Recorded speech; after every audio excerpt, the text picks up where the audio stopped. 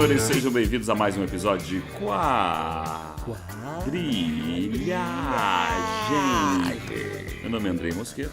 Meu nome é Lula Carneiro. E nós estamos aqui hoje, nós estamos nesse espaço confinado dessas quatro paredes aqui, porque nós somos reféns do nosso próprio canal.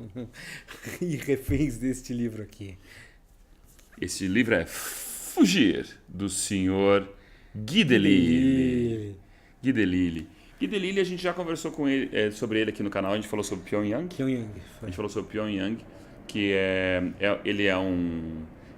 Por favor, Lula, fale rapidamente sobre o senhor Guy Delisle, só para relembrar as pessoas. Um canadense francófono, ou seja, ele escreve em francês. Ele fez uma série de livros autobiográficos sobre as suas experiências em várias cidades do mundo. No caso de Pyongyang, ele foi morar lá na Coreia do Norte para trabalhar com animação e fez esse diário em quadrinhos. Ele tinha feito sobre Shenzhen antes desse, que a gente não falou. Na China, sobre Mianmar. Myanmar é depois, né? Myanmar as crônicas birmanesas. É depois de Pyongyang, ele vai para Mianmar. E o de Jerusalém, eu acho que foi depois de Myanmar. Foi. O que acontece é que ele é casado com uma médica sem fronteiras, então ela fica sendo mandada para vários países, e os livros mais recentes acabam sendo sobre isso. Ele é casado com uma mulher, tá? Não com um instituto, ele é casado com uma mulher que é do Médicos Sem Fronteiras. É uma médica sem fronteiras. Uma médica sem fronteiras, então, isso. Mas é que eu sou idiota, eu tive que fazer um comentário só imbecil. Você, né? Então, mas daí o que acontece é que ele fez mais um livro, que é o Guia do Pai Sem Noção, é isso? É o Guia do Pai Vamos Esquecer? Eu acho que ele não gostou. É o guia do...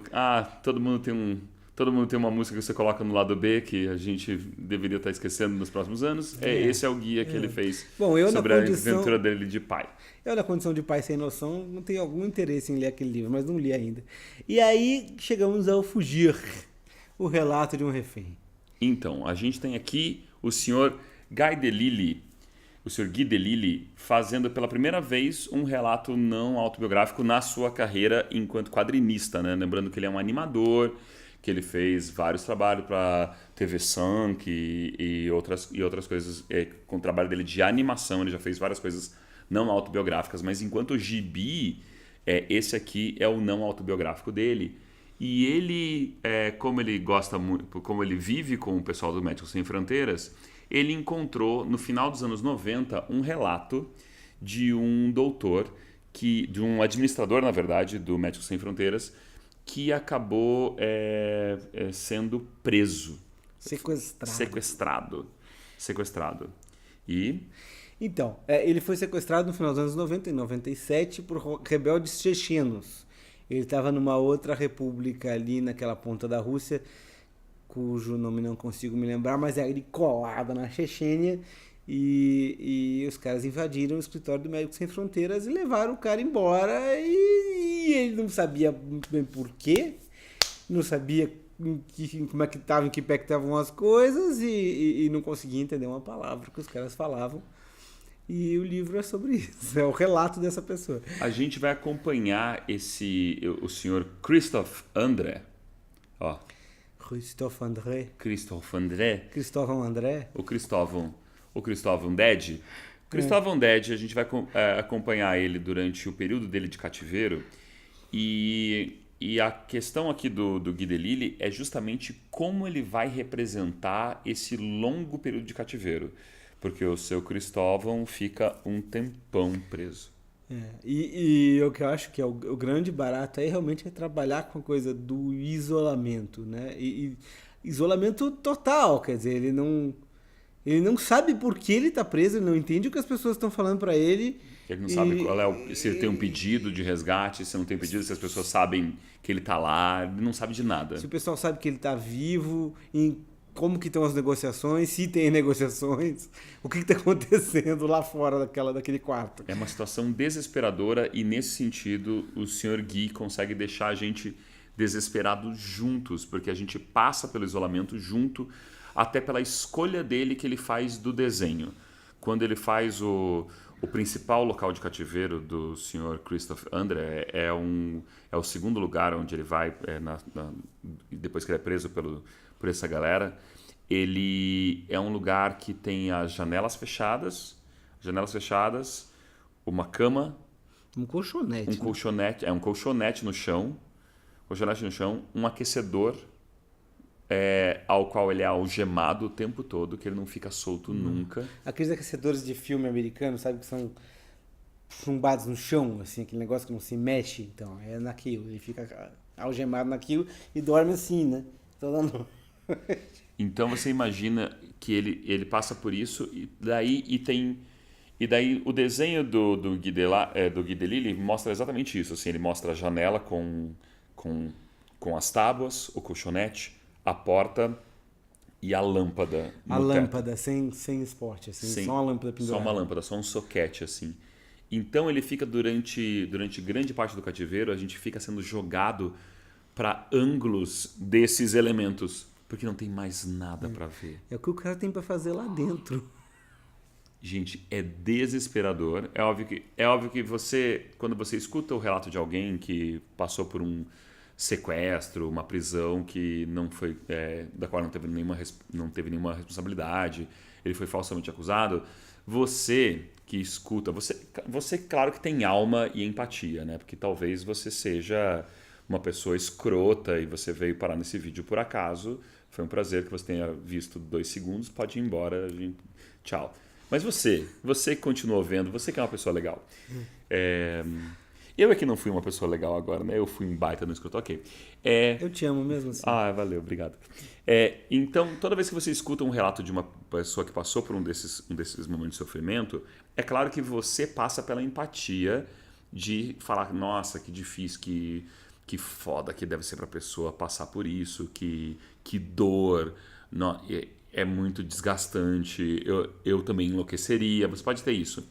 Mas é que a vantagem gráfica, na verdade, de você acompanhar essa história com o apoio do Guy Delisle é realmente você falar assim, ok, eu também passaria por isso, eu também estaria na beira da loucura, eu também estaria procurando o que eu faço com o meu tempo, as horas que ele faz, que ele fica pensando em como ele pode fugir. Sim, e não, fica fantasiando, né? Porque ele tá algemado, ele não consegue tirar aquilo. Mas ele fica pensando o que ele vai fazer, como que ele vai bater. E os nomes que ele dá pros caras. Porque daí ele começa a fazer. Porque assim, ele não tem comunicação, porque é como se todo dia você chegasse pra pessoa e a pessoa falasse pra você, é a mesma coisa. Então ele começa a dar apelidos para as pessoas. Ele foi preso pela professora do Charlie Brown. O que eu tenho aqui vai deixar vocês morrendo de medo. Um horror. Um terror. Eu trouxe aqui. Sim, professora? Nem sempre a gente consegue agradar a professora. Nossa, deixaria o livro tão mais leve.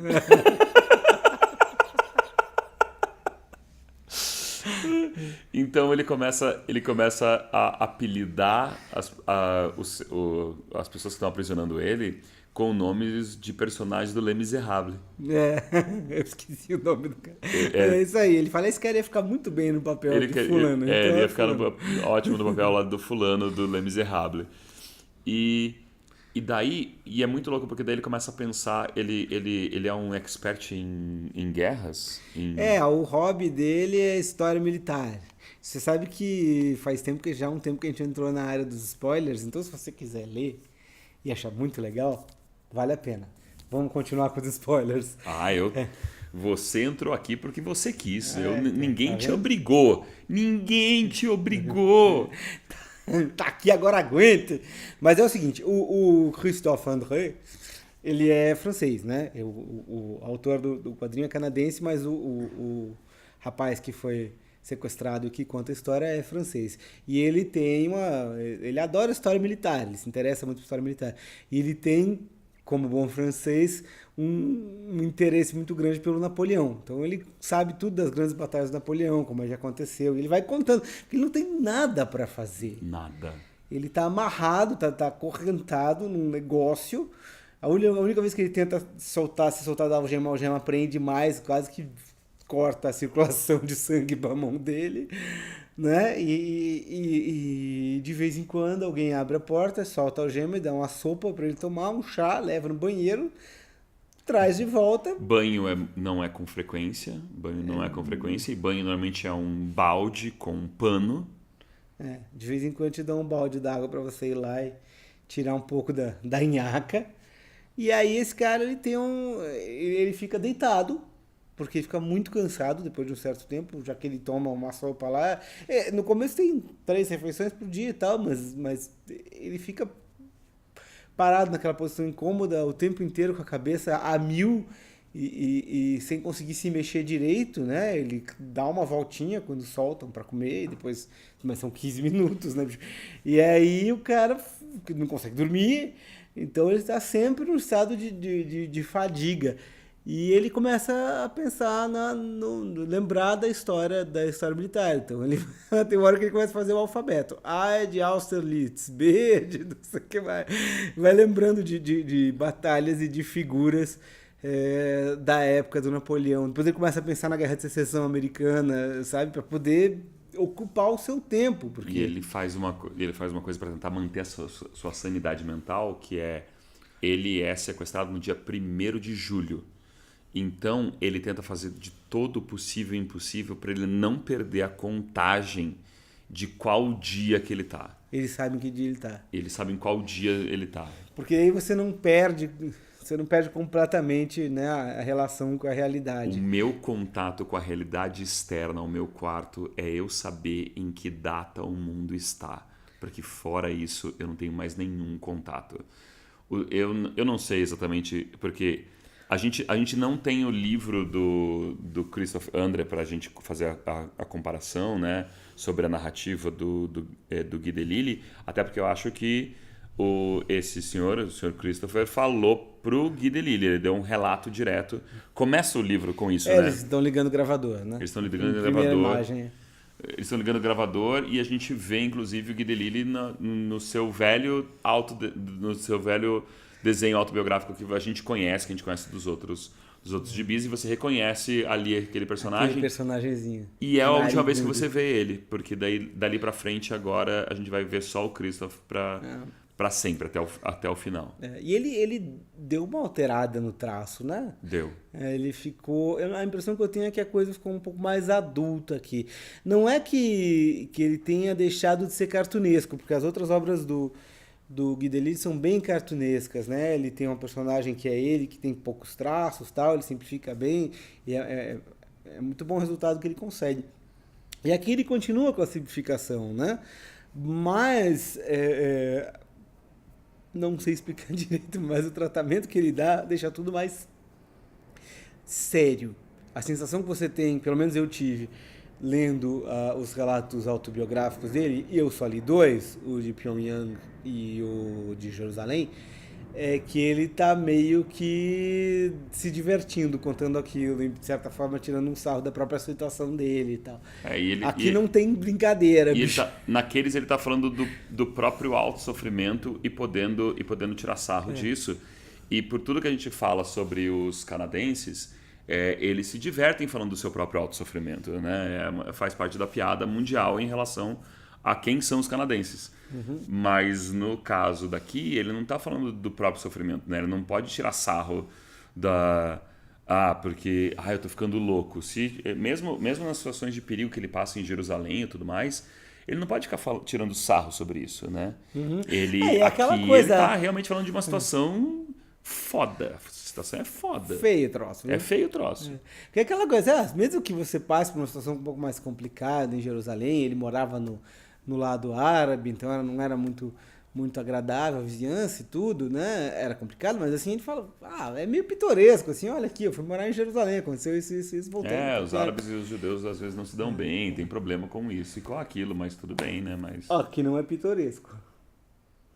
De jeito nenhum, entendeu? Aqui é desespero o tempo inteiro. E uma coisa que o Andrei me falou, e que eu não sei se eu deixo você falar... Não, pode falar. Que é muito interessante, é que à medida que o Christoph vai né, ficando preso, que o cativeiro dele vai seguindo e a barba dele vai crescendo, no desenho a boca do sujeito some. Vai cada vez Fica só uma mancha escura que é a barba. Cada vez vai ficando mais desaparecida. E tem uma outra coisa também. Às vezes você encontra quadrinhos. É muito normal você ver as bandas e você ver as bandas marcadas, né? Então, as bandas marcadas. Esse aqui, a banda não é marcada, porque a banda é como se fosse o quarto sombreado dele. Então, todas as bandas são o quarto escuro dele, o quarto sombreado dele. Aí, quando ele escapa, quando ele sai para o banheiro, quando ele vai para alguns lugares... Aí o tom de cinza do fundo do quadrinho clareia, né? Aí o tom clareia. Porque daí é quase como sempre assim, ó, tá sempre escuro, tá sempre escuro, tá sempre escuro, tá sempre escuro, tá sempre escuro, tá sempre escuro. É isso mesmo. Porque o principal ponto desse isolamento, e que você vai entender pelas coisas que estão ali nos elementos, mas e que estão também pelas coisas que talvez você não tenha percebido ainda, é que tá foda. Tá foda de eu perceber o universo. Tá foda de eu perceber o mundo.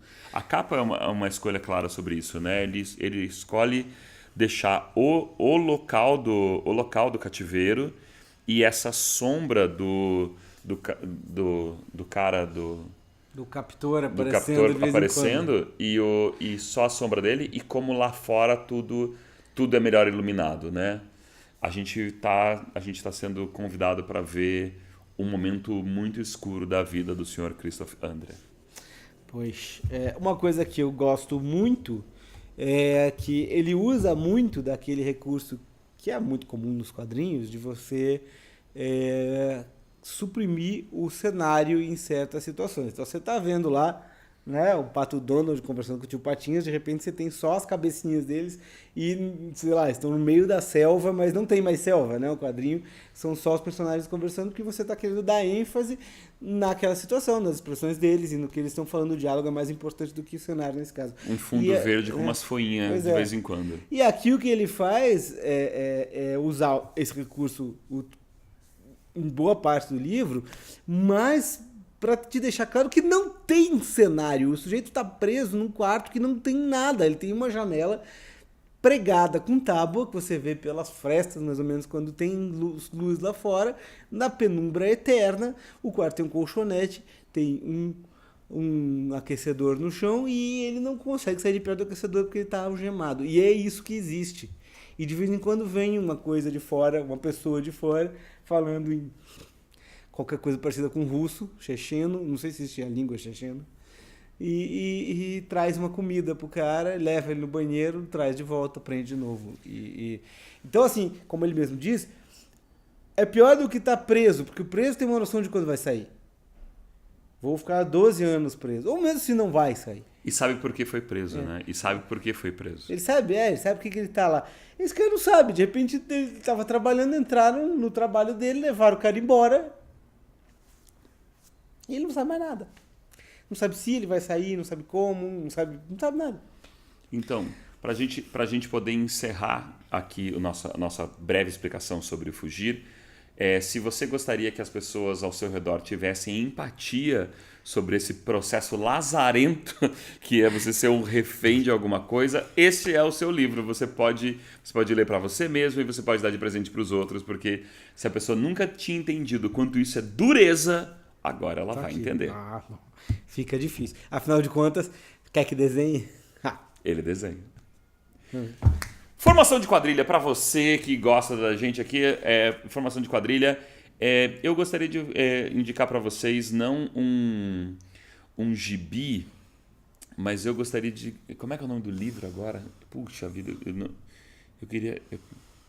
É um de prisão.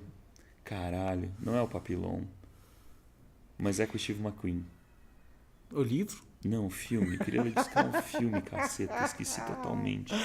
Eu tô confundindo com aquele... É Fuga em... Alcatraz. Não é Fuga em Alcatraz. Fuga em Alcatraz é com Clint Eastwood. Eu só tô aqui fazendo mal. Como é que é o nome do porra do... Como é que é aquele que o cara ganha um concurso de comer ovo? Não, mas esse não é com o Steve McQueen. É com o Paul Newman. Rebeldia Indomável, é legal esse filme. Puta, eu jurava que... Enquanto ele pensa, eu enquanto lia isso aqui, lembrei de uma obra que eu acho que eu já indiquei, mas vou falar de novo. Chama-se O Fotógrafo. O Fotógrafo é uma obra em 3 volumes, foi publicada pela Conrad, já faz um tempo, mas eu acho que ainda tem para vender. E é uma história de um fotógrafo francês que foi para o Afeganistão na década de 80, durante a guerra entre o Afeganistão e a União Soviética. Né? E ele foi trabalhar com o Médicos Sem Fronteiras, por isso que eu lembrei. Eles montam um hospital de campanha no interiorzaço do Afeganistão. Então eles entram lá pelo Paquistão, que era a região mais tranquila, e ele vai documentando o processo todo de instalação daquele hospital e as pessoas que eles vão atender e tal. Então o gibi é intercalado com as fotos, e que fotos do camarada. São 3 autores, Lefebvre, o Lemercier e o outro, não sei, eu não lembro o nome deles, mas enfim, um deles é o fotógrafo. E a história conta toda a história dele, né, da ida até lá, a instalação do hospital, o cuidado que eles têm com algumas pessoas, tal, alguns casos, e depois a volta para o Paquistão, que é uma loucura, e daí para a França. E é muito bacana porque ele primeiro ele trata com muito respeito os afegãos, assim, trata como gente, né? Então você aprende algumas coisas interessantes, né, daquele pedaço do mundo, da cultura das pessoas lá. E é um relato de aventura, mas ao mesmo tempo é uma coisa... Como é que eu posso falar? Eu sei, eu aprendi muito. A gente queria agradecer algumas pessoas. A gente gostaria de agradecer primeiro a Zarabatana. Zarabatana, muito obrigado, Zarabatana Books, por continuar publicando o Sr. Gui Delisle aqui no Brasil. Gostaria muito de agradecer a tia do Lula, que deixou a gente gravar o episódio na casa dela. Todo bom dia, Kiki. Gostaria muito de agradecer as legendas, porque eu não lembrei do filme, mas as legendas lembraram e contaram para vocês. Muito obrigado, legenda, por ter feito esse serviço pra gente. Se você gostou do episódio, você compartilha, curte, comenta, conversa com a gente. A gente quer saber... A gente quer saber, né? A gente quer saber qual é a sua opinião, se você leu, se você reparou alguma outra coisa. Junte-se à discussão para a gente continuar falando sobre Gui Delisle aqui e nas outras redes sociais, tá bom? Esse é o Lula Carneiro. E esse aqui é o Andrei Mosqueto. E esse foi mais um episódio de Quadrilhagem. Adeus. Tchau para você que pode sair. Tchau para você que... Quer dizer, talvez não, né? Porque a internet talvez tenha aprendido você... Já parou para pensar que você é um refém da internet? Fugi!